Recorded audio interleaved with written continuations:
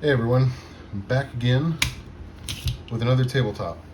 Today I'm going to be answering one of the most asked questions I've had in like these 300 comments in the past week, and that is, if Tisas 1911s are so good, why change the springs, right? Or why change anything?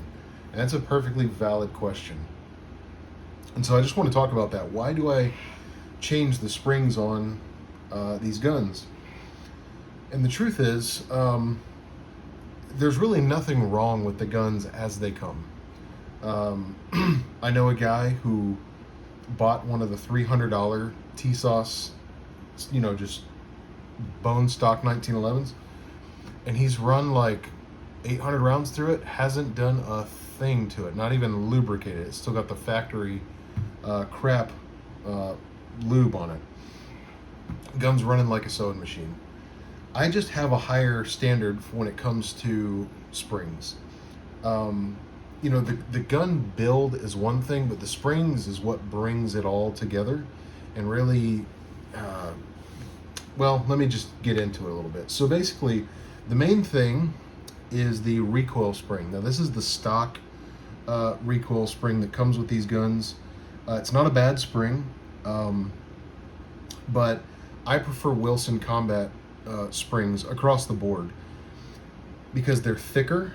The entire spring itself is longer, and what I've been able to study, I don't have it anymore, but I used to have one of those pull gauges where you can see how many pounds something is by pulling it. Or I'm sure there's a very technical name for that tool, but essentially what I realized is Colt, Springfield, Tisas, freaking everybody, they say they come with a 16-pound recoil spring, but that is only 16 pounds at the rearmost point of your cycle of firing. Why does that matter? Well, basically the wire in this spring on most stock springs is thinner, the springs are shorter, and the coils can be farther apart. And so you might be getting 16 pounds on the return when you're at the rear, but I want to have 16 pounds before I get to the rear point of that spring. And so you're absorbing more recoil better, and then also as the slide's coming back, you have a continuous release of power forward as the slide goes home. Now, what does that translate to? Again, much better recoil. The guns are much more reliable. The recoil springs last a lot longer.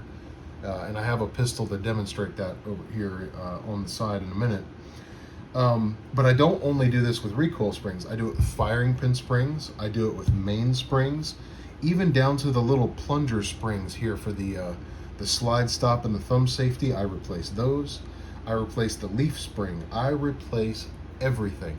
Now, the leaf spring is really important because if you put a bend in that leaf spring, because me personally on my GI guns, I like a little more resistance in the trigger. I want that trigger to be a little heavier on the pullback.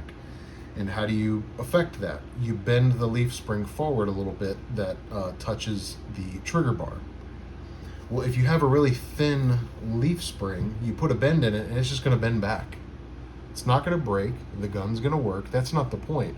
The point is, when you have a proper mainspring and recoil spring and leaf spring and all these things, the whole gun snugs up and becomes more sturdy and snappy and tight, and it just brings the whole gun together. So it's not that Tisas is bad or like anything like that. This is just something I do on every gun. And let me prove it to you. Here is my daily beater. I've replaced all the springs on this one. That's a Tisas. This is my very old Springfield 1911. I have replaced all the springs on this several times. This one came with offensive springs, like the recoil spring on this one was terrible when I got it. So there's that one. I've changed them on that one. But now we're gonna vacate the 1911 world.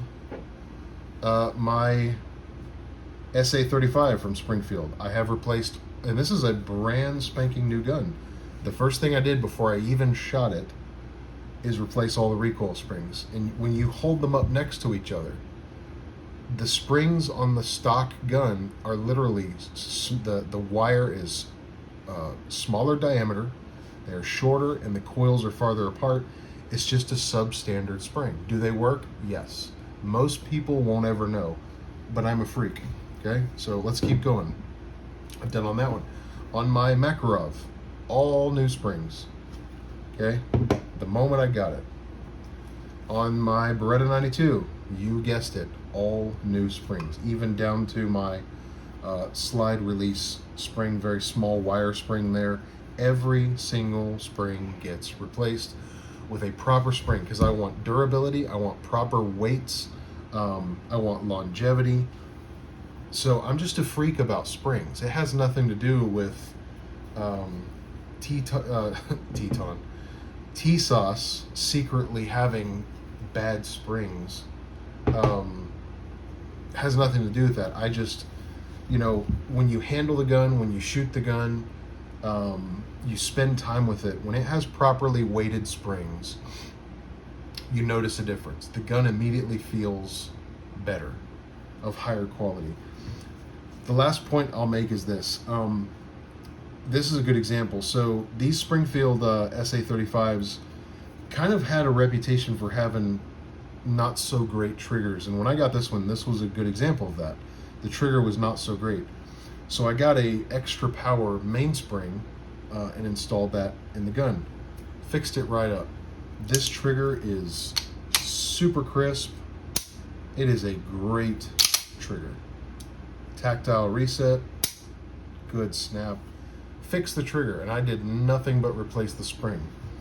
And why is that? Well, it's because you have these sears, right? And with a light spring, it takes less pressure to get them to pop off of each other. With more pressure, that break is a lot more crisp. It takes more pressure, and the release is going to be sharper.